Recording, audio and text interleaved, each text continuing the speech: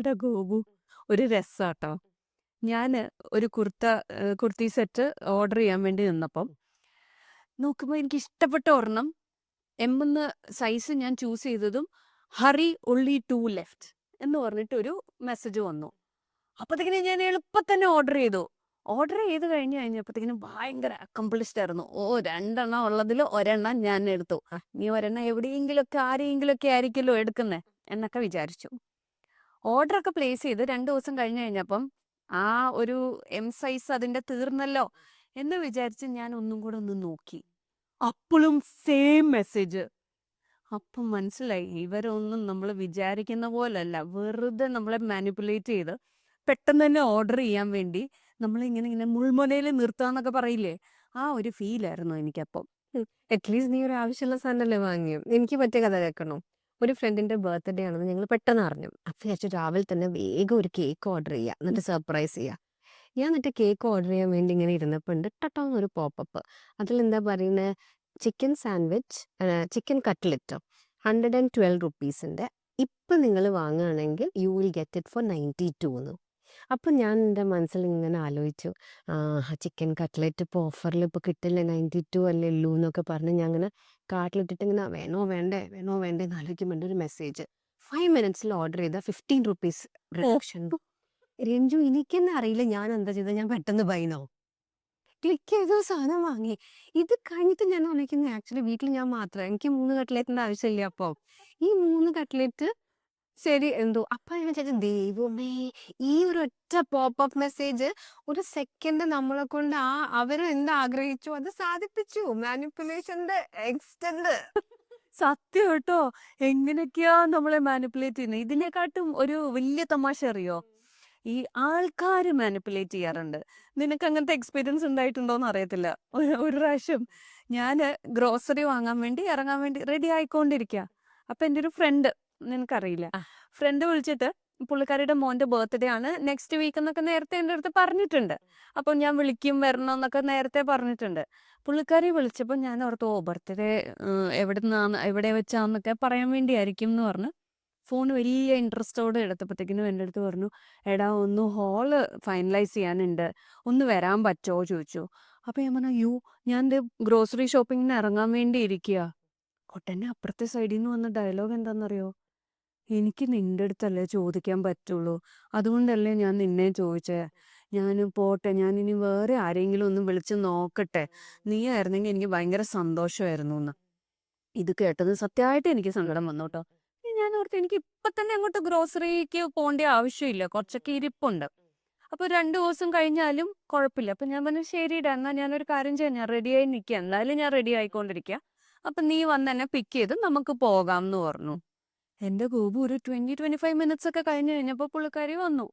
ഞാൻ കാറിൽ കയറാൻ വേണ്ടി പോകുമ്പോ കാറിൽ വേറെ 3 പേര്, എനിക്ക് അറിയത്ത് പോലും ഇല്ല, പുള്ളിക്കാരിയുടെ ഏതോ ഫ്രണ്ട്സാ. അപ്പം ഇതുപോലെ ഡയലോഗ് അടിച്ചിട്ടായിരിക്കില്ലേ ഇവരൊക്കെ വന്നിരിക്കണേ. അത് ഇങ്ങനെ ആൾക്കാരും നമ്മളെ മാനിപ്പുലേറ്റ് ഇഷ്ടം പോലെ ചെയ്യാറുണ്ട്. എന്റെ എന്താ ഓർമ്മ വരുന്ന അറിയോ, സമ്മർ ഇൻ ബത്ലഹേം മൂവി ഓർമ്മ ഉണ്ടോ? അതില് ജയറാം എപ്പോഴോ എന്തോ സുരേഷ് ഗോപിക്ക് കുറച്ച് ബ്ലഡ് കൊടുത്തിട്ടുണ്ട് തോന്നുന്നു. ഇത് പറഞ്ഞിട്ട് എപ്പോൾ നോക്കിയാലും അതേ ഒരു കഥ. പണ്ട് ഞാൻ നിനക്കൊരു കാര്യം ചെയ്തില്ലേ, ഇപ്പൊ നീ എനിക്ക് തിരിച്ചു ചെയ്യണ്ടേന്ന് പറഞ്ഞിട്ട് through out the movie manipulate ചെയ്തിട്ടാണ് മൂപ്പര കാര്യം സാധിക്കുന്നത് അല്ലേ? സത്യം, ഞാൻ അത് വിചാരിച്ചില്ല, അത് ഓർമ്മയിൽ വന്നതേ ഇല്ല. വളരെ ട്രൂ, വളരെ ട്രൂ. അപ്പൊ ഈ മാനിപ്പുലേറ്റേഴ്സ് എന്ന് പറയുന്ന ആൾക്കാര്, മാനിപ്പുലേഷന് അവര് ബാക്കി ആൾക്കാരെ ഇൻഫ്ലുവൻസ് ചെയ്യുക അല്ലെ, ഡയറക്ട്ലി അല്ലെങ്കിൽ ഇൻഡയറക്ട്ലി അവരുടെ ഗെയിനിന് വേണ്ടി യൂസ് ചെയ്യുക, ഇൻഫ്ലുവൻസ് ചെയ്യുക. ഇതാണ് ആക്ച്വലി എനിക്ക് തോന്നുന്നു ഇവർ കൂടുതലില്ല ബാക്കിയുള്ളവരുടെ ഇമോഷൻസ് വെച്ചിട്ടാ കളിക്കുന്നത്. ഇപ്പൊ നീ സമ്മർ ഇൻ ബത്ലഹേം പറഞ്ഞ പോലെ അവിടെ കിടന്നപ്പോ ആക്സിഡന്റ് ആയി കിടന്നപ്പോ ബ്ലഡ് തന്നതാരാ, ഞാന്, വേറെ ആരും തന്നില്ലല്ലോ. ഇതെനിക്ക് തോന്നുന്നു ചിലപ്പോ ഇല്ലേ ഗിൽറ്റില്, ബാക്കിയുള്ളവരുടെ ഒരു ഗിൽറ്റില്, ഒരു ഇമോഷനിൽ കളിച്ച്, ചിലവര് ഫിയറിൽ കളിക്കും. എന്ന് പറഞ്ഞു കഴിഞ്ഞാൽ ഈ ഫോമോ എന്നൊക്കെ പറയുന്ന പോലെ, അയ്യോ നമ്മൾ എന്തോ മിസ് ഔട്ട് ആവും എന്നുള്ളൊരു ഫോമോയിൽ കയറി പിടിക്കും. അല്ലെങ്കിൽ ചിലപ്പോൾ പ്രഷറൈസ് ചെയ്യും, അല്ലെങ്കിൽ കുറച്ച് കൺഫ്യൂഷൻ ഉണ്ടാക്കി വിടും. ഇങ്ങനെ മാനിപ്പുലേറ്റേഴ്സ് എനിക്കൊന്ന് പല പല പല തരത്തിലാണ് ബാക്കിയുള്ളവരെ മാനിപ്പുലേറ്റ് ചെയ്യുന്നത് അല്ലേ? ഇതൊക്കെ അറിഞ്ഞാലും നമ്മളെന്താ വീണ്ടും വീണ്ടും പോയി വീഴുന്നതെന്ന് അറിയോ ഓരോന്നില്? സി നമുക്ക് ആരും നമ്മളെ വെറുക്കരുത്. എല്ലാരെയും സഹായിക്കണം. എല്ലാരും നമ്മളെ ഇഷ്ടപ്പെടണം. അല്ലേ? അതെ. അങ്ങനെ ഒരു ഫീലിംഗ് ആക്ച്വലി നമ്മളുടെയൊക്കെ ഉള്ളിലുണ്ട്. ഈ ഇമോഷൻ എങ്ങനെ യൂസ് ചെയ്യണം എന്ന് അറിയുന്നവരാണ് ജനറലി മാനിപ്പുലേറ്റേഴ്സ്. അവരെന്ത് ചെയ്യും? ഇങ്ങനെ വന്ന് പറയുമ്പോ ഇവര് വീഴും. ഇപ്പൊ നീ അന്ന് സിമ്പത്തി അങ്ങനത്തെ ഒരു മെന്റാലിറ്റി പാവം ഞാൻ ഹെൽപ്പ് ചെയ്യട്ടെ. അപ്പൊ ഇതാണ് ഇവരുടെ ടാക്ടിക്. ഉം. ഇത് ഇപ്പൊ ഓർത്താ പെട്ടെന്ന് കുറെ ആൾക്കാരൊക്കെ ഈ വിക്ടിം കാർഡ് പ്ലേ ചെയ്യും കേട്ടോ. ഇതിൽ ഏറ്റവും അടിപൊളിയായിട്ട് ഇത് ചെയ്യുന്നത് പിള്ളേരാ. നമ്മൾ പിള്ളേരെ നോക്കിയാ ഞാൻ പറയാം ഒരു എക്സാമ്പിൾ പറയാം. ഒരു കുട്ടിയുടെ എക്സാം വരുന്നു. ഒരാഴ്ച കഴിയുമ്പോഴത്തേക്കിനും എക്സാം തുടങ്ങുക. ഇത് ഫുൾ ഓൺലൈൻ ഗെയിംസ് കളിച്ചുകൊണ്ടിരിക്കുക. 2 മണിക്കൂർ 3 മണിക്കൂർ. അപ്പൊ അമ്മ നോക്കുന്നുണ്ട്. അരമണിക്കൂർ കഴിഞ്ഞു, 1 മണിക്കൂർ കഴിഞ്ഞു, 2 മണിക്കൂർ കഴിഞ്ഞു. ഈ കുട്ടി പഠിക്കണേ ഇല്ല. അമ്മയുടെ കൺട്രോളൊക്കെ വിട്ടിട്ട് വന്ന് നന്നായി ചീത്ത പറഞ്ഞു. ഉടനെ മിടുക്കനായ ഈ കുട്ടിയുടെ ഡയലോഗ് എന്താണെന്നറിയോ? ഈ കാണുന്ന അമ്മയുടെ സ്ട്രെസ് എനിക്കറിയാം. പക്ഷെ അമ്മയ്ക്കറിയോ പരീക്ഷ എഴുതാൻ പോകുന്ന എൻ്റെ സ്ട്രെസ് എത്രയാന്ന്? ഞാൻ ഈ സ്ട്രെസ് ഒന്ന് കുറയ്ക്കാൻ വേണ്ടി കുറച്ച് നേരം ഗെയിം കളിച്ചാ അമ്മയ്ക്ക് ഇഷ്ടപ്പെടുകയില്ല അല്ലേ? ഞാൻ ഈ ഫുൾ ടൈം പഠിച്ച് ഫുൾ ടൈം സ്ട്രെസ്സും എടുത്തിരുന്ന് കഴിഞ്ഞ് കഴിഞ്ഞാൽ അമ്മ ഭയങ്കര ഹാപ്പി. അപ്പൊ അമ്മയ്ക്ക് എന്നെ ശരിക്കും സങ്കടപ്പെട്ട് കാണുന്ന ഇഷ്ടം അല്ലേ? അമ്മ ഉടനെ സങ്കടമായി. ഉടനെ കൊച്ചിന്റെ അടുത്ത ഡയലോഗ്. എൻ്റെ എല്ലാ ഫ്രണ്ട്സും കളിക്കാറുണ്ട്. അവരുടെ ഒന്നും പേരൻസ് ഒന്നും പറയാറില്ല. അമ്മ മാത്രം എന്നെ ഏത് സമയവും ടാർഗറ്റ് ചെയ്തുകൊണ്ടിരിക്കുക. ഈ അമ്മയ്ക്ക് എന്തായി? ഒരു ഗിൽറ്റ് ഫീലിംഗ്. ദൈവമേ ഇവൻ ഇത്രയും ടെൻഷൻ സ്ട്രെസ് ഒക്കെ ഉണ്ടോ? ഏഹ് ഇത് ഞാനൊന്ന് മാറ്റി വെക്കാൻ വേണ്ടി ശ്രമിക്കുമ്പോൾ ഞാൻ പോയി അതിൽ കുറ്റപ്പെടുത്തി. ഇതാണ് അമ്മയുടെ ഫീലിംഗ്. പക്ഷെ ഇവിടെ ആര് ജയിച്ചു? കുട്ടി ജയിച്ചു. പിറ്റേ ദിവസം അവൻ കളിക്കുമ്പോ അമ്മ എന്ത് ചെയ്യും? മിണ്ടാതിരിക്കും. എന്നിട്ട് പോയി എന്ത് 2 മണിക്കൂർ 3 മണിക്കൂറൊക്കെ കഴിയുമ്പോ ഇനിയും മതിയടാ എന്ന് പറയുമ്പോ കുട്ടിയും ജയിച്ചു. എന്നാ അമ്മയുടെ നിന്ന് ചീത്തയും കിട്ടിയില്ല. ആ അടിപൊളി. ഇതുപോലെ ചെയ്യുന്ന വേറെ കുറച്ച് ആൾക്കാരുണ്ട്. ഇതൊരു കുട്ടിയല്ലേ? വലിയവര്. എൻ്റെ ഒരു ഫ്രണ്ട് ഇതേപോലെ അതാ പറഞ്ഞെ നമുക്ക് പുറത്തുള്ളവരെ കാണുമ്പോൾ നമുക്ക് പെട്ടെന്ന് അറിയാൻ പറ്റും. ഒരു ഫ്രണ്ട് ഉണ്ട്. ഏത് വെക്കേഷൻ വരുമ്പോഴും അവള് നേരത്തെ പ്ലാൻ ചെയ്യും നാട്ടിൽ പോവാൻ. വെക്കേഷന്റെ ദിവസം കഴിഞ്ഞ് 3-4 ദിവസം കഴിഞ്ഞ് വിളിക്കുമ്പോൾ അവൾ ഇവിടെ തന്നെ ഉണ്ടാവും. പോയിണ്ടാവില്ല. അപ്പൊ എന്താ പോവാത്തേ ചോദിച്ചാല് ഇവളീ പോവാൻ വേണ്ടി പാക്ക് ചെയ്യാൻ തുടങ്ങുമ്പോ തൊട്ട് ഇവളുടെ ഹസ്ബൻഡ് പറയുന്ന ഒരു കാര്യമാണ്. എനിക്ക് പുറത്തെ ഫുഡ് ഇതാവില്ല. നിങ്ങളില്ലെങ്കിൽ എനിക്ക് രാത്രി ഉറക്കം വരില്ല. ഞാൻ വല്ലാതെ മിസ് ചെയ്യും.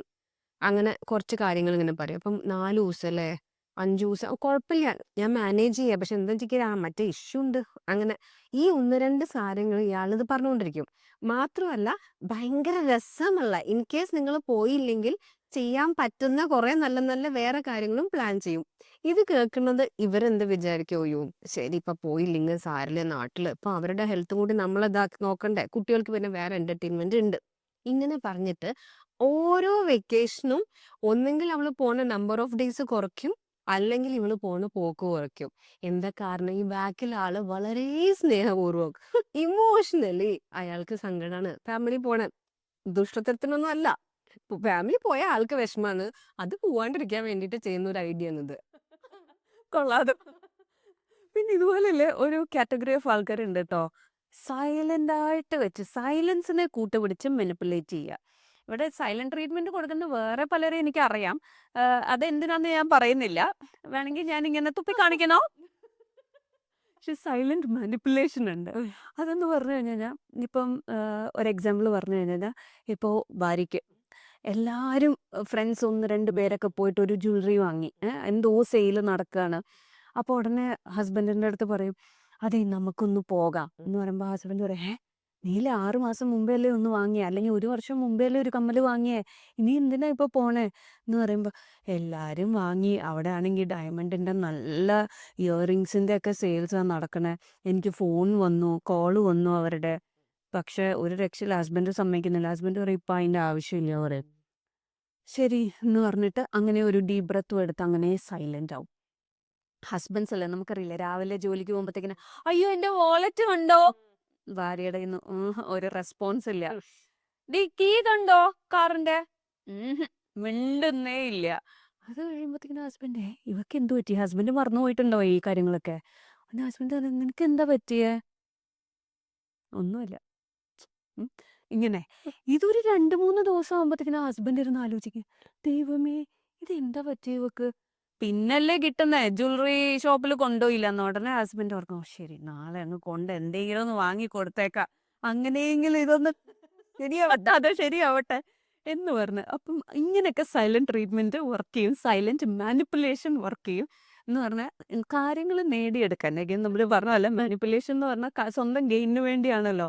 അങ്ങനെ സൈലന്റ് ട്രീറ്റ്മെന്റിനെ ഹെൽപ്പ് ചെയ്ത് ഹെൽപ്പ് വേണ്ടി അങ്ങനെ കാര്യങ്ങൾ നേടിയെടുക്കുന്ന ആൾക്കാരും കുറേ ഉണ്ട്. ഇതൊക്കെ മൂന്നും ആക്ച്വലി കുറച്ച് സിമ്പിൾ, അതായത് കുറച്ച് സില്ലി, അത്ര ഹാംലെസ് ആ. അവര് സന്തോഷിക്കുന്നു, മറ്റവരും സന്തോഷിക്കുന്നു. വേറെ കുറച്ച് ആൾക്കാരുണ്ട് ആക്ച്വലി ഒരു അബ്യൂസീവ് ടോക്സിക് റിലേഷൻഷിപ്പില് അവര് വളരെ മോശമായി പാർട്ട്ണറെ ഉപദ്രവിച്ചു, ഒന്നെങ്കിൽ വെർബലി അല്ലെങ്കിൽ ഫിസിക്കലി. അപ്പൊ എന്ത് പറ്റും വെച്ചാൽ ഈ രണ്ടാമത്തെ ആൾക്ക് എങ്ങനെയെങ്കിലും അവിടുന്ന് രക്ഷപ്പെടണം.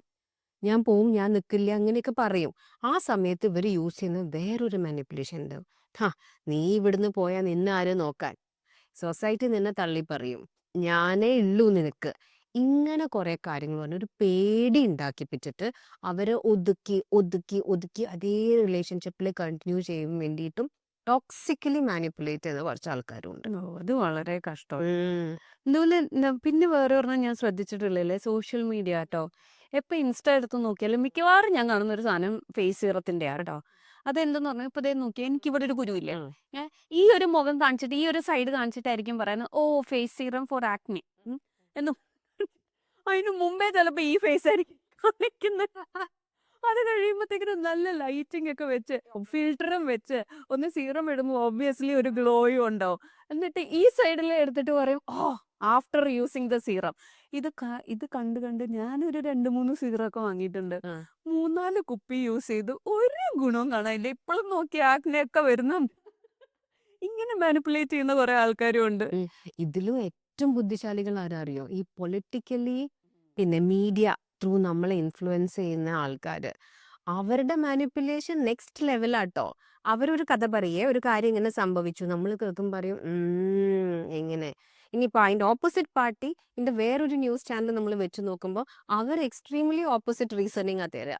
അപ്പൊ എനിക്കിത് രണ്ടും കേൾക്കുന്നത് നമ്മൾ വിചാരിക്കും ഇതിൽ ആര് പറയുന്നത് കറക്റ്റ്. രണ്ടാൾക്കും അവരെ വഴിയുണ്ട് എനിക്ക് വി ആർ റൈറ്റ് എന്ന് കാണിക്കാൻ വേണ്ടി. ഇതിലും വലിയൊരു മാനിപ്പുലേഷൻ ഇല്ല മനുഷ്യരെ പറ്റിക്കുന്നത്. അതെ അതെ, ഞാൻ പറഞ്ഞ ഒരു ഇത് കൺഫ്യൂസ്ഡ് ആക്കി വിടുക ആൾക്കാരെ. ആ ഒരു ടൈപ്പ് ഓഫ് മാനിപ്പുലേഷൻ ആയിരിക്കും മിക്ക പൊളിറ്റിക്കൽ പാർട്ടീസ് യൂസ് ചെയ്യുന്നത്. ഇതൊക്കെ പോട്ടെ, വേറെ ഒരു ടൈപ്പ് ഓഫ് മാനിപ്പുലേഷൻ ഉണ്ട്. ഇത് എല്ലാവരും ഇപ്പം ഈ പറയുന്ന മാനിപ്പുലേറ്റേഴ്സ് ഒക്കെ ചിലവരുടെ ജീവിതത്തിൽ 1, 2 അങ്ങനെയൊക്കെ വന്നിട്ടുള്ളൂ. പക്ഷെ എല്ലാവരുടെയും ജീവിതത്തിൽ വന്നിട്ടുള്ള ഒരു മാനിപ്പുലേറ്ററിനെ പറ്റിയാണ് ഞാനിപ്പോൾ പറയാൻ പോകുന്നത്. എക്സാമ്പിൾ പറയാം. ഒരു യോഗ ഗ്രൂപ്പിന്റെ ഗിന്നസ് വേൾഡ് റെക്കോർഡ് ഇടാൻ വേണ്ടി അങ്ങനെ ഒരു 21 ഡേ ഫ്രീ യോഗ പ്രോഗ്രാം എന്നൊക്കെ പറഞ്ഞിട്ടുണ്ട്. വന്നിട്ട് എനിക്ക് തോന്നുന്നു 13 ദിവസം, കുറച്ച് ദിവസമായി. 13 ദിവസം കണ്ടായി. ആദ്യം തന്നെ കണ്ടപ്പം ചാടി പിടിച്ച് എൻ്റെ ഒരു സ്വഭാവത്തിൽ ഞാൻ കയറി ജോയിൻ ചെയ്തു. പിറ്റേ ദിവസം രാവിലെ എണീറ്റ് രാത്രി കിടക്കുമ്പോഴത്തേക്കിനും, ഓ നാളെ തൊട്ട് ഞാൻ ഈ പ്രോഗ്രാം ചെയ്യാം, 21 ഡേയ്സ് ഒരു രക്ഷയില്ല ഞാൻ ചെയ്യും എന്നൊക്കെ പറഞ്ഞിട്ട്. രാവിലെ എണീക്കുമ്പോഴത്തേക്കിനും, അയ്യോ മോളെ സ്കൂളിൽ വിടണ്ടേ, പണിയില്ലേ, 3 ടൈമിംഗ് ഉണ്ട്. പക്ഷെ ഈ 3 ടൈമിങ്ങും എനിക്ക് സൂട്ടാവില്ല. ശരി കുഴപ്പമില്ല, വൈകുന്നേരത്തെ ചെയ്യാലോ. വൈകുന്നേരം 3 ടൈമിങ്സ് ഉണ്ട്, ഏത് വേണമെങ്കിലും ചെയ്യാം. വൈകുന്നേരം ചെയ്യാമെന്ന് ഓർക്കും. വൈകുന്നേരം ആകുമ്പോഴത്തേക്കിനും ടയേർഡായി, അല്ലെങ്കിൽ തലവേദന, ഓ സുഖമില്ല, വേണ്ട നാളെ, ഇന്നത്തെ സ്കിപ്പ് ചെയ്യാം, നാളെ ചെയ്യാം. നാളെയും രാവിലെ ചെയ്യാൻ പറ്റില്ല, എന്താന്ന് പറഞ്ഞാൽ കുട്ടിയെ സ്കൂളിൽ വിടണം. വൈകുന്നേരം ആകുമ്പോഴത്തേക്കിനും ആലോചിക്കും, അല്ല എന്തിനാ ഞാൻ ഈ യോഗ ചെയ്യുന്നത്, ഞാൻ 11 o'clock പോയി വേറെ യോഗ ചെയ്യുന്നില്ലേ, അപ്പൊ പിന്നെ ഈ യോഗ എന്തിനാ ചെയ്യണം, അത് ചെയ്യുന്നുണ്ടല്ലോ, വേണ്ട സ്കിപ്പ് ചെയ്യും. ഇങ്ങനെ ഈ 13 ദിവസം കണ്ടായിട്ട് ഇതുവരെയും ഒരു ദിവസം പോലും ഞാൻ യോഗ ചെയ്തിട്ടില്ല. എന്താ, ആരാ ഇവിടുത്തെ മാനിപ്പുലേറ്റർ? നമ്മൾ തന്നെ. അത് തന്നെ, നമ്മൾ തന്നെ. നമ്മുടെ ഉള്ളിൽ ഒരു മാനിപ്പുലേറ്റർ ഉണ്ട്.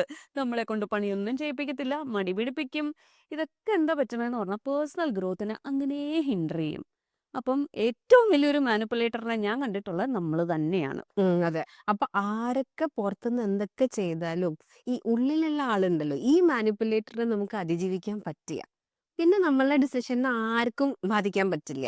അപ്പൊ ഡിസിഷൻസ് എപ്പോഴും എന്തായിരിക്കണം, ആരെന്ത് പറയട്ടെ, എന്തെങ്കിലുമൊക്കെ കാണിച്ചോട്ടെ, ഈ പറഞ്ഞ പോലെ ലെഫ്റ്റ് 15 rupees ഓഫ് എന്താണെങ്കിലും പറഞ്ഞോട്ടെ. ഡിസിഷൻ ആരുടെ ആയിരിക്കണം, നമ്മുടെ ആയിരിക്കണം. ചോയ്സ് ആരുടെ ആയിരിക്കണം, നമ്മുടെ ആയിരിക്കണം. റെസ്പോൺസിബിലിറ്റി ആരുടെ ആയിരിക്കണം, അതും നമ്മുടെ ആയിരിക്കണം. അല്ലേ? ആ. So don't forget to count your blessings.